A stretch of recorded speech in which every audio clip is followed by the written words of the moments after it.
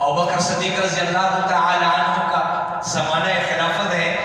ایک صاحب ملک شام سے آئے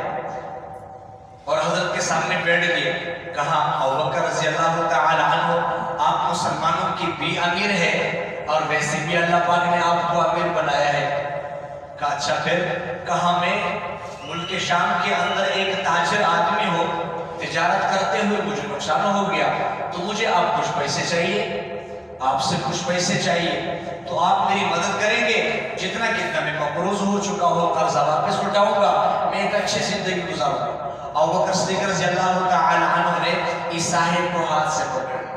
پکڑ کر اپنے حجرے کے اندر لے گئے اور پھر سامنے بیٹھایا۔ اب یہ صاحب دیکھ رہے ہیں کہ یہ امیر المؤمنین کے ہلانے والے شخص، ان کے گھر میں تو کوئی چرپائی بھی نہیں،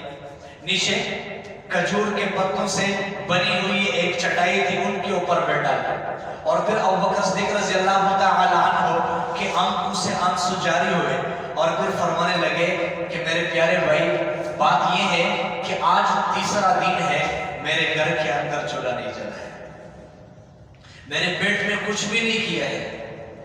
آپ جس سوچ سے آئے ہیں شاید میں آپ کی کوئی مدد نہ کر سکوں، لیکن ہاں میں ایک صاحب کا دروازہ دکھا سکتا ہوں، آپ وہاں تشریف لے جائے تو جو بھی آپ کی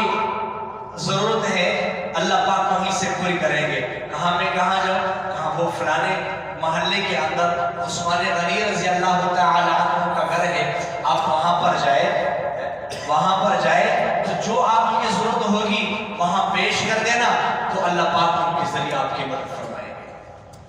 کہاں وہاں جاؤں گا لیکن وہ مجھے پہچان نہیں سکیں گے، کوئی دلیل مانگیں گے، کیا میں آپ کا نام لو؟ تو ابوبکر صدیق رضی اللہ عنہ فرمانے لگے میرے نام لینے کی ضرورت ہی نہیں پیش ہوگی۔ اگر انہوں نے مجھ سے کوئی دلیل مانگی، کہا عثمان رضی اللہ تعالی عنہ جب اللہ کے راستے میں دیتے ہیں تو پھر وہ دلیل نہیں مانگتے، وہ تشویش نہیں کرتے ہیں، آپ کون ہیں، کہاں سے آئے ہیں، کس لیے مانگتے ہیں، وہ ایک ہاتھ سے دیتے ہیں، دوسرے ہاتھ کو پتہ بھی نہیں چلنے دیتا۔ یہ صاحب آئے ڈھونڈتے ہوئے عثمان رضی اللہ تعالی عنہ کے دروازے پر حاضر ہوئے اور دستک دی، اندر سے آواز آ رہی تھی، عثمان رضی اللہ تعالی عنہ کی آواز آ رہی تھی، بچوں کو ڈانٹ رہے تھے، ارے دودھ بھی میٹھا ہے، شہد بھی میٹھا ہے، دونوں کو ملا کر کے یہ فضول خرچی کیوں کرتے ہو؟ اب یہ صاحب باہر کھڑے ہو کر کے یہی کچھ سن رہے، اب ان کے دل میں خیال آیا، ارے ابوبکر صدیق رضی اللہ تعالی عنہ تو بڑی باتیں سناتے رہے اور یہ صاحب تو اپنے بچوں کو کھانے پینے کے حوالے سے ڈانٹ رہے، اتنی دیر میں دروازہ کھلا اور یہ صاحب باہر تشریف لے آئے، تو یہ صاحب جو دروازے پر آئے ہوئے ہیں، ان نے سلام کیا، السلام علیکم ورحمۃ اللہ وبرکاتہ، وہ سمجھ گئے کہ مسلمان ہے۔ عثمان رضی اللہ تعالیٰ فرمانے لگے معذرت چاہتا ہو، آپ نے دستک دی، مجھے آتے ہوئے دیر ہو گئی ہے، اس بات پر معذرت چاہتا ہو، اور پھر ان کو اپنے پاس اندر لے کر چلے گئے، ایک طرف کمرے میں بیٹھا دیا، سب سے پہلے ان کے سامنے دودھ اور شہد کو پیش کیا، پھر کھجور کا حلوہ پیش کیا۔ اب جب سب کچھ اکرام و تکریم مکمل ہو گیا ہے، اس کے بعد پوچھتے ہیں بھئی آپ کس کام سے آئے ہیں؟ وہی ہمارے جگہ کوئی ہوتا ہے اور بڑا آدمی ہوتا تو وہ تو پہلی بات یہ کرتے بھئی تو ٹوک بات کر، کیا کہنا ہے بھئی، ٹائم میرے پاس نہیں ہے۔ آگے سے وہ سب کچھ پیش کر دیا، کھلایا پھلایا، بعد میں پوچھتے ہیں بھئی آپ کس ارادے سے آئے ہیں؟ تو انہوں نے کہا کہ بھئی ملک شام فلانے علاقے کا میں ایک تاجر ہوں، یہ نقصان ہو گیا، اتنے کا مقروض ہو گیا ہو تو آپ کی طرف آ گیا۔ عثمان علی رضی اللہ تعالی عنہ نے اپنے ایک غلام کو بلایا اور ان کے کان میں کچھ کہا، وہ غلام چلے گئے، تھوڑی دیر کے بعد وہ غلام واپس آ گئے، تو وہ صاحب فرماتے ہیں کہ عثمان غنی رضی اللہ تعالی عنہ فرمانے لگے کہ یہ اونٹ ہے، سامان سے لدا ہوا ہے،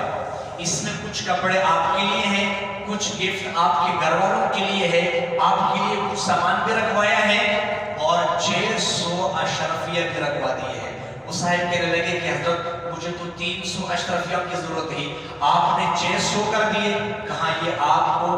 جو ضرورت تھی وہ بھی پوری کر لے، جو اس سے اوپر ہے وہ میری طرف سے آپ کو گفٹ ہو گیا ہے. ابو صاحب کہنے لگے کہ حضرت میں نے ملک شام جانا ہے، یہ اونٹ وہاں سے واپس کون کرے گا؟ تو حضرت فرمانے لگے کہ یہ اونٹ آپ کو واپس کرنے کے لیے دیا ہی نہیں ہے، یہ بھی آپ کو میری طرف سے گفٹ ہو گیا ہے.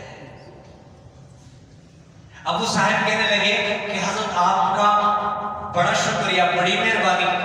تو عثمان غنی رضی اللہ عنہ فرمانے لگے کہ شکریہ اس صاحب کا ادا کرے جس نے آپ کو میرے گھر کا راستہ دکھایا ہے. اللہ اکبر کبیر. ایسے اللہ کے راستے میں دینے والے تھے، اللہ کے دین پر لگانے والے تھے. وہ صاحب کہنے لگے کہ حضرت جب آپ کے دروازے پر میں کھڑا ہوا تو اس وقت گھر سے آواز آ رہی تھی. میرا اپنا خیال یہ تھا کہ یہ صاحب جس کھانے پینے کے اوپر اپنے بچوں کو ڈانٹ رہا ہے یہ مجھے کیا دے گا؟ عثمان غنی رضی اللہ تعالیٰ عنہ فرمانے لگے ارے مجھے اللہ پاک نے جو کچھ دیا ہے اس لیے نہیں دیا کہ میرے بچے موج مستی کرے، بلکہ میرے اللہ نے جو کچھ مجھے دیا ہے محمد عربی کے غلاموں کی نوکری کرنے کے لیے دیا ہوا ہے. آج ہم معاشرے کے اوپر نظر ڈالیں تو کتنے لوگ ایسے ہیں جو مالدار تو ہیں لیکن مالداری کے ساتھ ساتھ مال کے چوکیدار ہیں. بجائے کہ اللہ کا دیا ہوا مال اللہ کے بندوں پر خرچ کرے، وہاں پر اپنے مال کے چوکیدار بنے ہوئے ہیں. وہی مال ہم اپنے ساتھ قبر میں نہیں لے جاتے ہیں، پیچھے لے جاتا ہے، اور جو آپ نے چھوڑ دیا اس پر دوسرے لوگ گریبانوں تک پہنچ جاتے ہیں.